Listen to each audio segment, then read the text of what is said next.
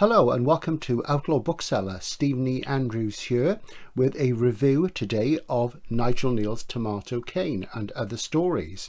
So to begin, if you don't know who Nigel Cain is, then you're forgiven if you're under a certain age. If, however, you are a serious genre fiction fan and you're above a certain age, you have no excuse. Whether you're an adept or not, today we're going to talk about Cain and his work, with particular reference to this book published by Comma Press.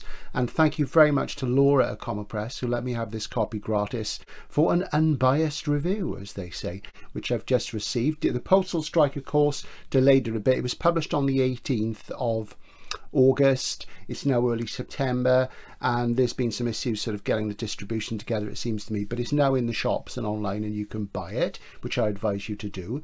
So yeah, thanks to Laura at Comma, a great little press to do some good stuff. They've done two books by M. John Harrison, Settling the World, which is fantastic sort of retrospective collection, and the last time I did an event with Mike was back in 2017 for the collection You Should Come With Me Now, which is fantastic. So do look at Comma's website and the list. They do some great work.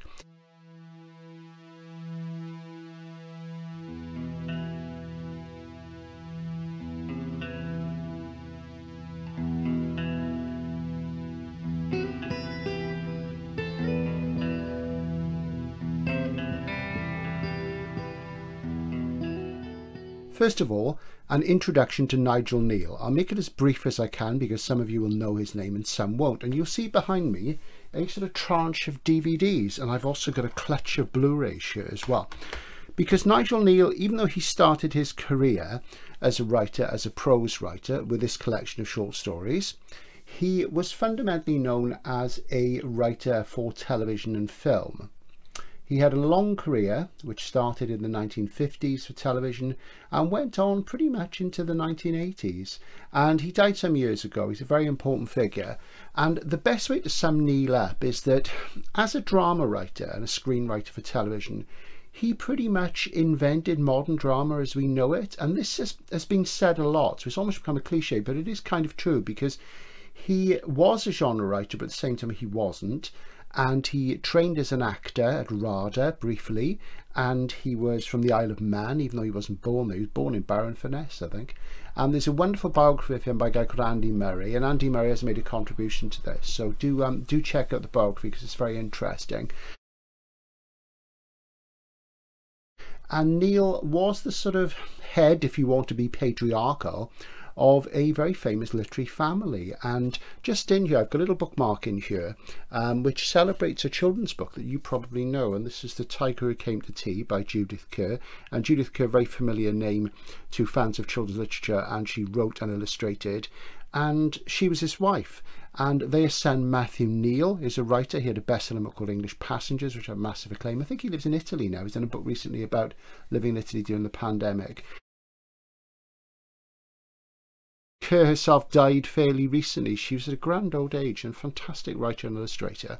So amazing family, you know, with incredible sort of diverse works of incredible quality and very, very influential, all of them. So there we go.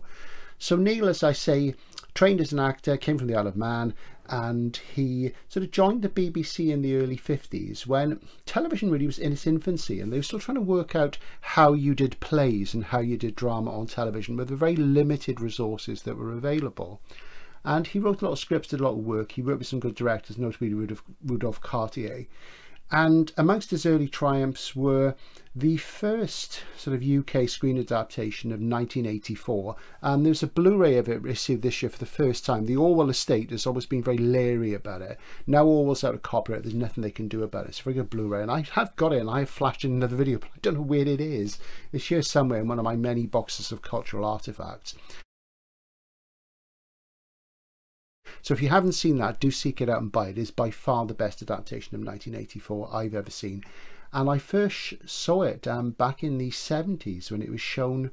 I think it was something like must have been the 20th or 25th anniversary of of BBC Two or something like that, and I was quite young, and I saw it before I read the book, and it sort of stayed with it. It's got Peter Cushing in it, and it's absolutely fantastic, and it caused quite a stir. It was discussed in Parliament, you know, but people were saying, well, should they really be showing this sort of thing, that the rats and the cage and what have you?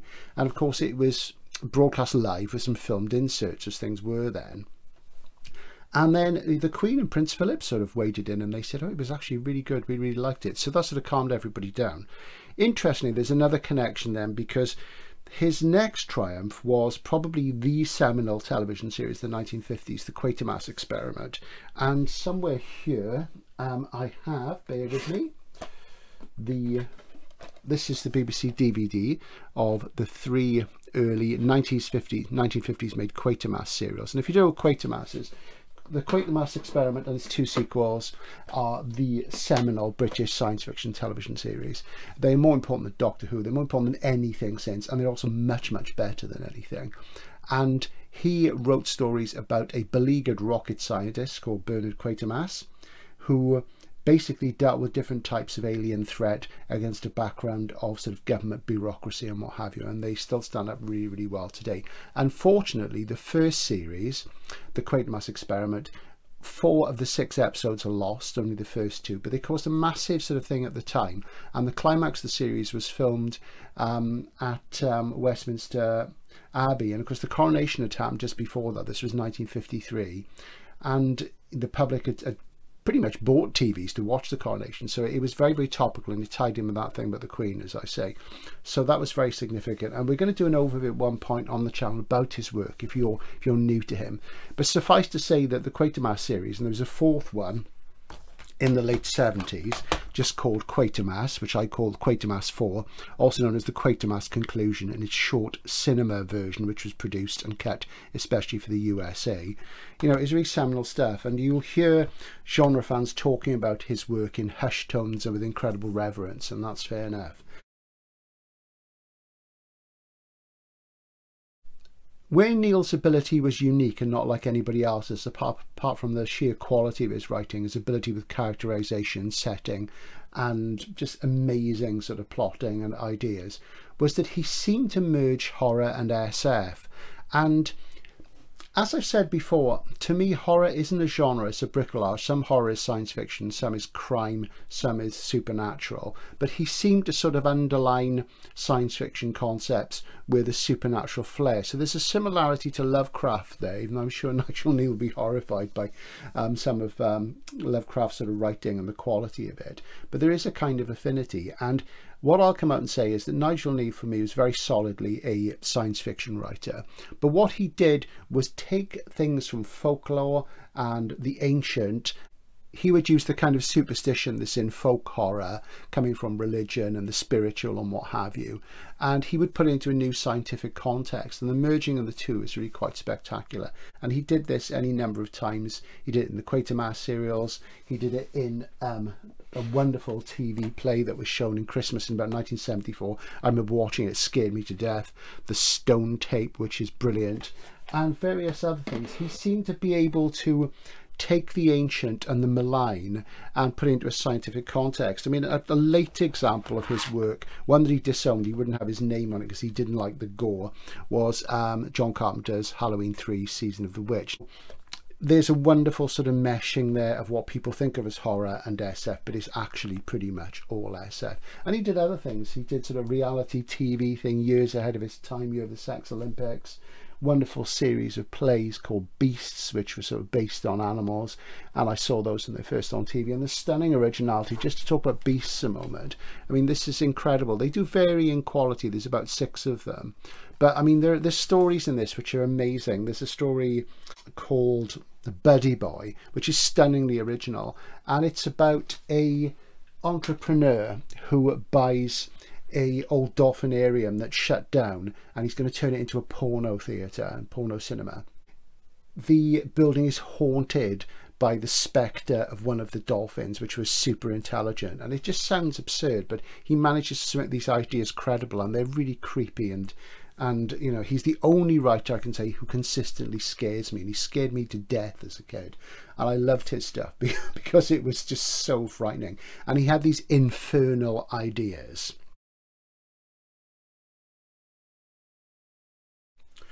So going into the book, what I was looking for was the seeds of these things. And of course, this is from early in his career. This is the only prose book he ever published. Well, not the only book, only one, because later on in the late 70s, he published this, the tie-in novelisation for the Quatermass series. But this was his sort of major work of prose fiction. And it was published by Collins in 1949 in the UK, and it won the Somerset Maugham Awards. We'll talk about the book a bit more now. It has an introduction by Mark Gatiss.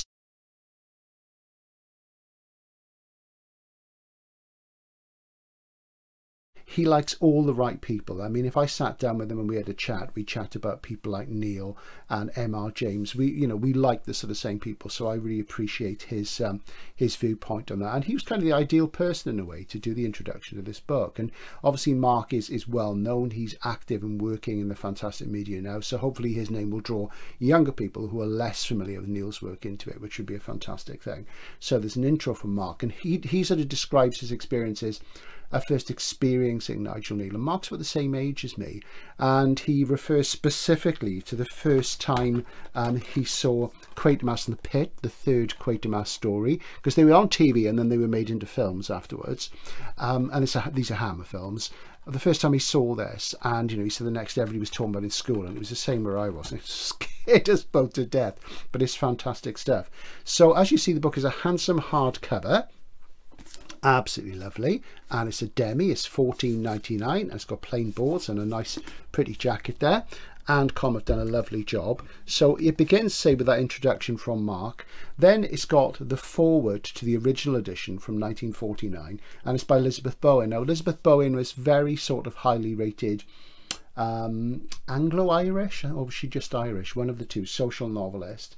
And she's loved by everybody from sort of like Michael Moorcock to, probably Anthony Burgess and everybody sort of in between. And her work's still in print, and she's very revered as a novelist and short story writer. And she sort of contributed a very sort of generous foreword to this, saying that, Neil was really somebody to watch, and his work was often experimental, and how he balanced the real and the sort of creepy sides and things, which is really, really good. So it's fascinating to read that, to see, what won the Somerset Maugham Award in 1949, what sort of thing. Now, just to give you some background on the Somerset Maugham Award, of course, it was named after its founder, Somerset Maugham, the great writer, who was born in France. He was British. He was a spy at one point. And, he sort of travelled a lot. He lived in the south of France a lot. French was actually his first language. And the Somerset Maugham Award was something he created for young writers, and they had to spend the money on travel to broaden their experiences, to give them more to write about. And somebody else I like who won the award is Stephen Gregory. If you've not watched the Stephen Gregory video on my channel, please do. It's called something like The Avian Macabre of Stephen Gregory, because Stephen writes a lot about birds, which is really interesting. So that's the sort of background to that. So Neil won that with this book, Tomato Cain. And, it's an interesting thing, because Maugham sort of has connections to genre fiction, because he wrote the Ashendon stories, which are some of the seminal spy stories early in the century. I think the first one's about 1912. And they're about a spy called Ashendon. Maugham did some spying himself, and they're quite sort of short, sharp vignettes, but they are sort of founding texts of the spy genre, so they're quite sort of important. So they come, before things like Eric Ambler, long before Ian Fleming and Dayton and Le Carre and what have you, so they're quite important. And he also wrote an occult thriller called The Magician, about a black magician called Oliver Haddo, who was based on Aleister Crowley. Of course, everybody's written something based on Aleister Crowley. I've read it twice. Great book, actually. So Maugham, at some point I'm going to revisit Maugham some more, and because I reread The Magician a few years ago, so it's good. So yeah, so a great price, very important price. It's still running today, which is really great stuff.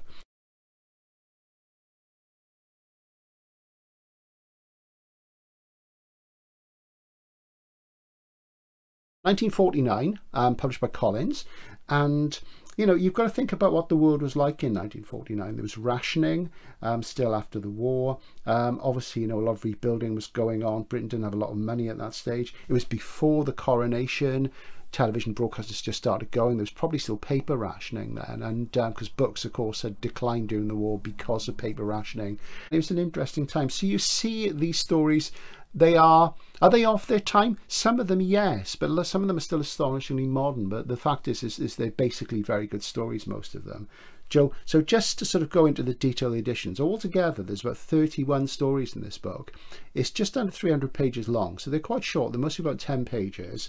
And the book was published in the USA by Knopf in 1950, and the Knopf edition cut a couple of stories which had a particularly British feel that might not have gone over so well in the USA, and they added 3 stories, and the 3 stories that were added to me are 3 of the best. One called Mrs. Mancini, which is about an old woman lives on her own. She's got a cantankerous parrot, her husband's died, and she's sort of like, you know, she spent too much time on her own, and she's getting a bit quirky and a bit strange. And but it's great. I will tell you more. It's a great story. Also, another story was added called Essence of Strawberry, which is a sort of on a fairly classic theme of 2 people who are married. One of them is an invalid, and there's a third party involved. So it's a sort of love triangle type thing. I won't say any more about that. And interestingly, just to say as an aside, I think Bowen compared some of the stories to Guy de Maupassant, which is an interesting comparison. I can see that with some of them.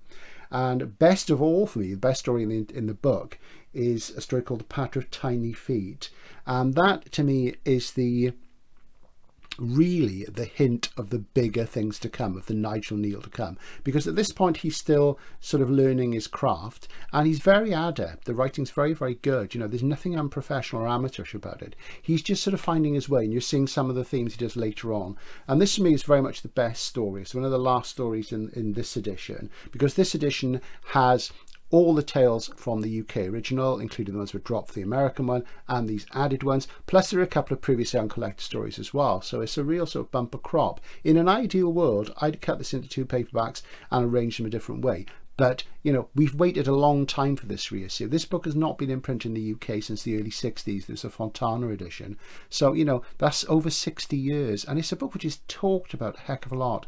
I mean, I've seen it for sale on and off over the last 30 years, always wanted one, and it's always incredibly expensive. So, you know, it's kudos to Comma Press for sort of getting it sorted and getting it out there, because somebody had to do it. And luckily, we live in an age where we're starting to see some really great reissues again. Books which have vanished in the wilderness have become absurdly collectible. And yeah, it would have been nice of a first, but I'm happy with this because it's got everything in it. So well done, Comma.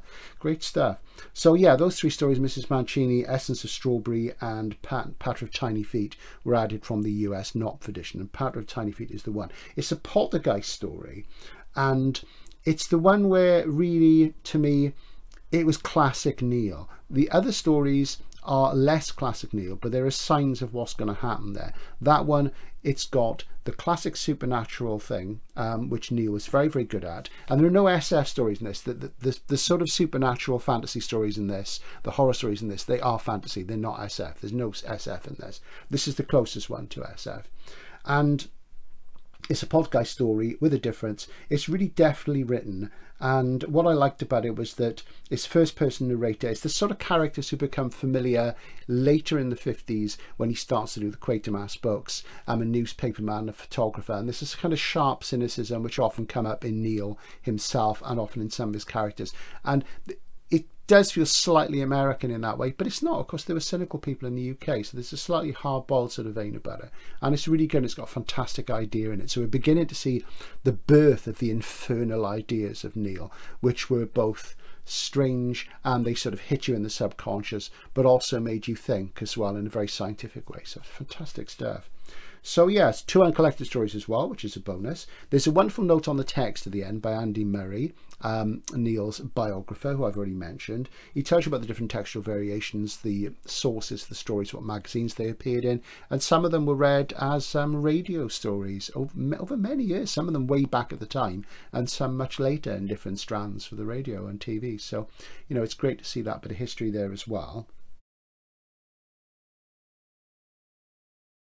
There are all kinds of vignettes in here, and you know, there are character studies of envy, of grief, of enmity. There are great stories of outsiders, and it reminds me that something that Cain did, I think it's on Beasts, there's he contributed a one-off play called Moraine to a series called Against the Crowd, and that is actually on here as a bonus feature. And it's a great rural story with supernatural undertones, or folk horror undertones, if you will. And a lot of the stories in this reminded me of that, because he does bring in this thing where, you know, he very much evokes the strangeness of the Isle of Man, and he sort of grew up there. So there's certain amounts of Isle of Man folklore in this, and those sort of rural, local, sort of folky sort of horror stories in there. And there's about 6 or 7 of those. So those are quite interesting, because obviously they are sort of folk things which are in his background as a child, and they sort of obviously stimulated his imagination. And we see them popping up throughout his work. So that's undoubtedly the source, along with his own reading of people like M.R. James, who he revered, of the sort of supernatural and fantastic elements which he used so well in an SF context. So those are fascinating to read as well. Other stories I really liked in the book included Enderby and the Sleeping Beauty, which is set in a desert, and it's almost Lovecraftian in a way, and it's just a little vignette about a chap who, he's in a desert. I think it's a wartime situation, and he's in a vehicle and there's a sandstorm, gets blown over, and he's the only survivor, everybody else is killed, and he sees this building, he's got a little bit of water, and he's hoping he can survive, and he sees this building in the sandstorm, and he goes in, and it's got statuary in it. Again, I won't tell you anymore. That's a great story. There's one called Jeremy and the Wind, which is very folk horror-ish, and that reminded me of, you know, if you had a Ray Bradbury from the Isle of Man, that would very much be it. And also it reminded me of Gary Kilworth's work, the sort of thing Gary Kilworth did in some of his shorter, sort of more horror-based stories, and in his novel Witchwater County, which is a fantastic book. So, you know, you can get that sort of regional thing is very strong in this. Another story I found very affecting is one called Flo, which is about an old meth drinker and his dog, and, you know, how his disillusion as obviously being an old meth drinker gets taken out on the dog. And it's both a tragic and savage and unapologetic story, and the ending is sort of like without pity, really, and there's nothing sentimental about it. And usually things that involve animals and cruelty and dissolution due to bodily abuse, you know, usually have some sort of sentiment. There's no sentiment in it at all, and I found that very effective. And there's also a great story in there called Curfew's Follower, which has a sort of Isle of Man setting. It's about a guy who's adopted by a deformed duck, and I'm not going to tell you any more about it, except that as soon as I started reading it, within a few paragraphs, I flashed to an episode in season 2 of The Wire, the American crime serial by David Simon, which, you know, it held lots of us spellbound in the early part of the century. And there's a episode in season 2 where one of the characters takes a duck into a bar and has a drink with a duck. And I know it sounds absurd, but I've just got the feeling that whoever wrote that must have had a copy of Tomato Cain and sort of read Curfew's Follower. Either that is a coincidence, because it's such a stunningly original thing, but, you know, maybe not, and maybe it's a homage, maybe it is just one of those things. But Curfew's Follower is really, really good story, so I loved that one, I have to say. Fantastic stuff. One of the stories that's talked about a lot in here by people is a story called Minook, which is meant to be the title of a house. So it was from the time when people would call their houses things like Dunroman and Shangri-La, and Minook, my nook, you know, it doesn't quite work, but there you go. And that's a story of a haunting about a house built where it shouldn't have been built, and that's got a lot of the sort of things which come up later in Neil, the supernatural and something ancient. To me, it was rather undeveloped and lacking the sort of gradually encroaching menace that you get in his later mature writing. But obviously he's trying out ideas here, and it's not as well developed as, say, the Padder of Tiny Feet, which, as I say, has the benefit of a suitably cynical sort of narrator. And, you know, so it has a really fresh idea, which Minook doesn't have so much. But you want to read it because you will, if you're a fan, be looking for the hints of his future greatness, and, you know, they are in there, and that's the fantastic thing. Overall, I think there's some stories which I want to read again. I'll admit I read it relatively quickly because I wanted to get the review out, because I did promise Laura I'd get it quite quickly.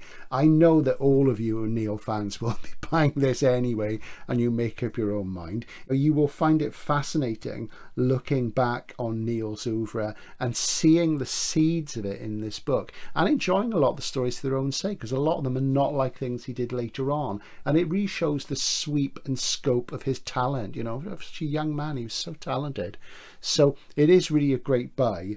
So it's essential for fans, it's a curio for the curious, but it has to be said, this is the reissue of the year by a long chalk, and possibly the reissue of the decade to date, because whoever thought it would happen? I can think of few books which needed reissuing as badly as this, and for which there is such demand. So I'm looking forward to selling it in my job as a bookseller, and I'll be dedicating a space to it, and I know you'll want to get out there and get it. And thanks again to Comma Press and to Laura and to everybody who contributed to this, to Mark Gattis and Andy Murray and everybody else involved who doesn't get a mention. There is an acknowledgement in here, and I think really is something you just have to have. So this is Outlaw Bookseller. Please like, subscribe, comment and all that stuff. And we'll talk about Nigel Cain again, and if you don't know who he is, well, you know, do some research, and as I say, at some point I'll fill you in. Bye for now.